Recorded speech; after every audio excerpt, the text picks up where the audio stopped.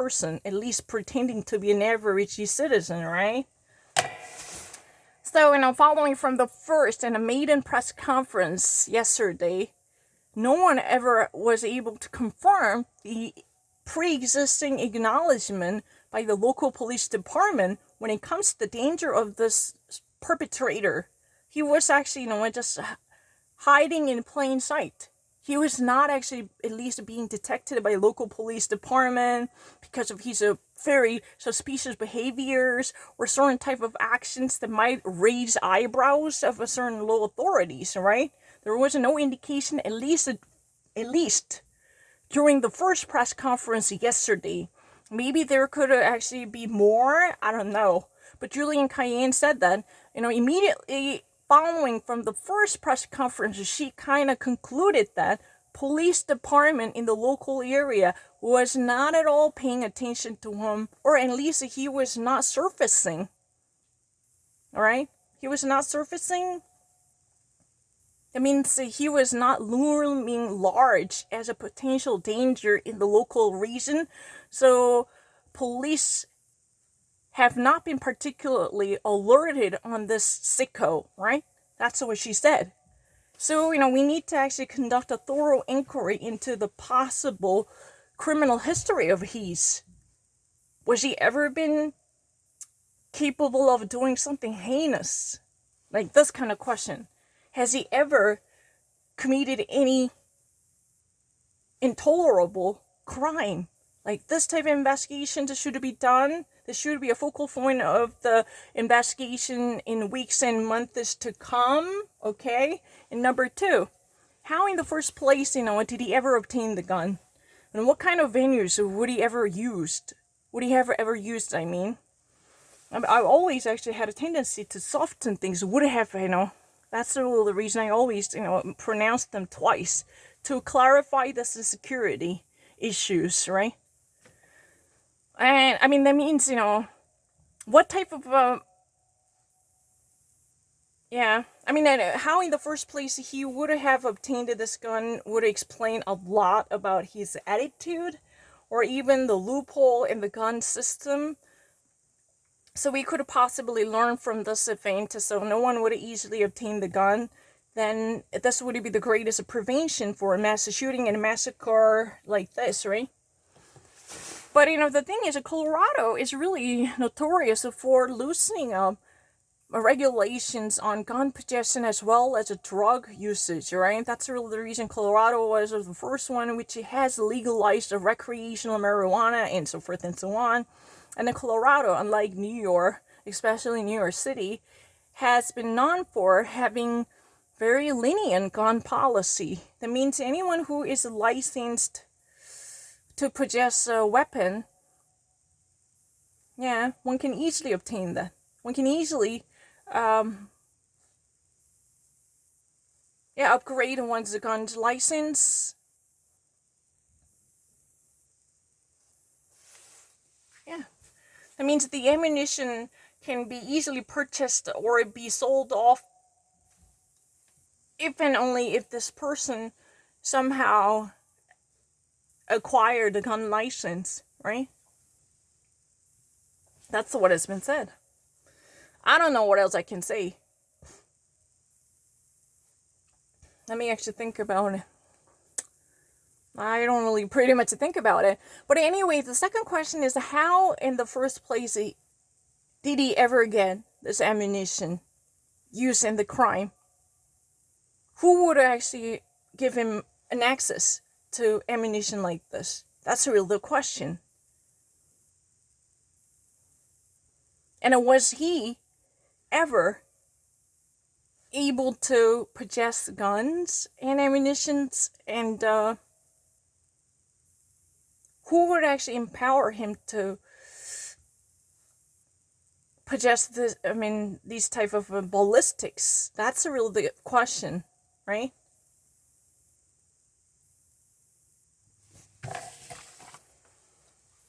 It's really important. We have to actually track down any type of trails or traces left over by a perpetrator. So in that way, we can strengthen our legal system, or we can actually adopt more of a regulations so no a mentally disabled or unstable person would ever easily pick up the gun and go on mass shooting.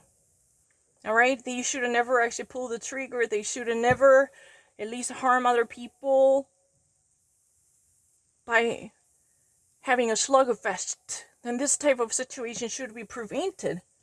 The only way we can actually, think of this situation is really adopting strict gun laws, right? Preventing the people from concealing any weapons inside their pockets, or preventing people from converting their plain rifle into a semi-automatic or even simply automatic rifle. Then this type of a law should be adopted. Many of other local states have already passed this kind of bills, so they are really legalized. They're legalized. That means no civilian can easily obtain a rifle with the purpose of turning that into a semi-automatic weapon. This type of behavior is criminalized because the law has been adopted. The bill has passed. That means that this type of a legal recognition has been institutionalized in the state's congressional system, then that's a state's law. It's a part of the state's constitution. That means that this proposal is legalized and legally adopted. It means that one should follow this rule as long as one wants to maintain free civil life in that state. You understand that, right? So anyway, if I ever actually put it simply, there will be penalization if you ever actually convert just plain rifle or pistol into a semi-automatic weapon, or just simply an automatic weapon. Then that would eventually cost you hefty money, or you could even actually put into jail. You could be behind bars. There could be consequential events, right? Because many of the states are literally criminalize this kind of behaviors, right? But Colorado, it's not really that kind of a state, right? She didn't actually go deeper into that, but she actually mentioned one thing very clear. Colorado has a lenient policy on gun regulations, right? Because in a state like New York, or not just actually New York State, but I'm not really so sure whether that is New York State or New York City, but I'm really 100% certain it could be New York, right? If you actually live in New York, just simply actually allowing to have a gun inside your home is pretty much fine, but that's also very tough to be done. You need to actually overcome reach a high bar to ever obtain that kind of a license. But it's almost impossible for you to actually have a concealed weapon license. You know the distinction.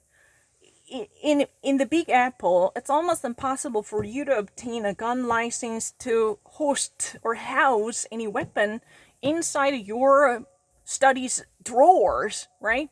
If you really have your study room, then underneath the desk there will be a flight of drawers or chest of drawers, right? But inside the drawers there will be a rifle hidden, right? That's also very tough. But what is more tough? What is tougher? What is more difficult than that is to somehow actually obtain a license to carry the weapon inside your jacket whenever you go somewhere, because if you think you could actually be killed by someone, you need to actually carry a weapon to self-defense yourself. This is almost impossible.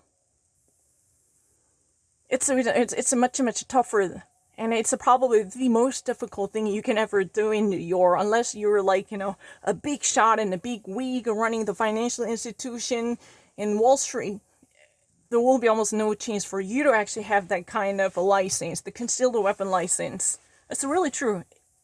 As far as I know, New York City is the toughest place to ever obtain that. Yeah. And gun regulation laws are definitely tougher and stricter and more stringent. And more strict. You can actually say both ways. Stricter and more strict. But tougher means tougher. Yeah, I don't really need to think twice about it, but I just mispronounced it, so I wanted to rectify that. Because, I feel so annoyed by these people who are making loud noises. I don't fucking want to hear that. But let me be very clear about 3 points. I do not really need to think twice about any of the messages without even context. I don't really need to have a pre-information ahead of time. It's really fine. These are really the breaking news that are coming out of certain sources. I mean, these remarks are the breaking news. These words are right now dominating airwaves with no pre-recognition withheld by me. I'm completely unknown to the circumstances. Oh, but it's really fucking annoying. Can you fucking hear that? It's really annoying. Can you fucking actually remain shut up? I don't like my neighbors so badly. Oh, I want to kill them. They're fucking annoying. How in the first place they were so loud? I don't really need to prepare for this, but I'm actually very much agitated. I, in the first place, speak better and listen better in English. I just actually made a certain type of rectification, which would eventually disparage the quality of my speaking, because I really don't want to avoid this type of suspicions that are there. They're real, because they sometimes actually said so many bad things behind my back. Oh, she actually softened the pronunciation. Just simply wanted to. She just simply wanted. That's the problem. Wanted. I said wanted. Then they would never get it. I don't really need to think about any of these pronunciations, which are really driving me crazy.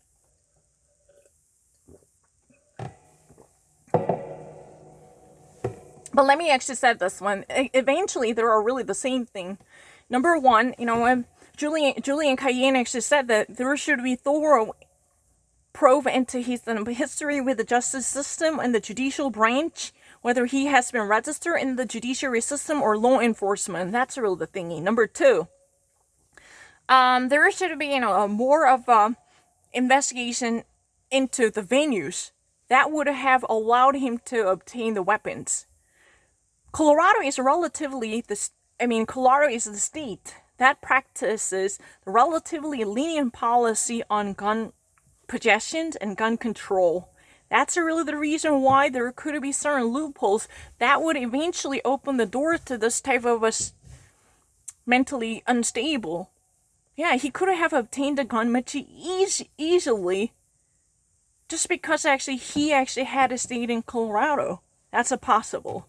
Those we need to at least, reconstruct the venues that might have allowed him to gain this weapon. That's the question. Number three, any type of profiler should actually launch a thorough investigation into his social hobnob. They need to interview his relatives.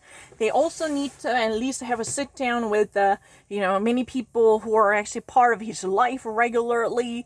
Those type of intimate vis-a-vis interviews are necessary.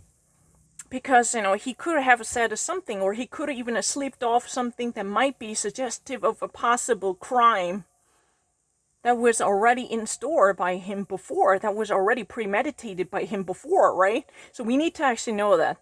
This was a premeditated, or he actually decided to do so at the last minute, at the 11th hour. He was so pissed off by something, so he decided, and that's a real problem. I said he decided. In the first place, I said he decided, but I'm actually repeating this because I was skeptical of your listening ability, or your far-fetched suspicion that I was unaware of this type of a liaison or conjugation.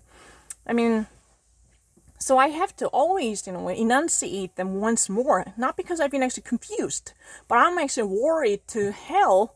I'm worried to death when it comes to, making the conjugation choices fully heard by those skeptics who are always picking up on me for nothing.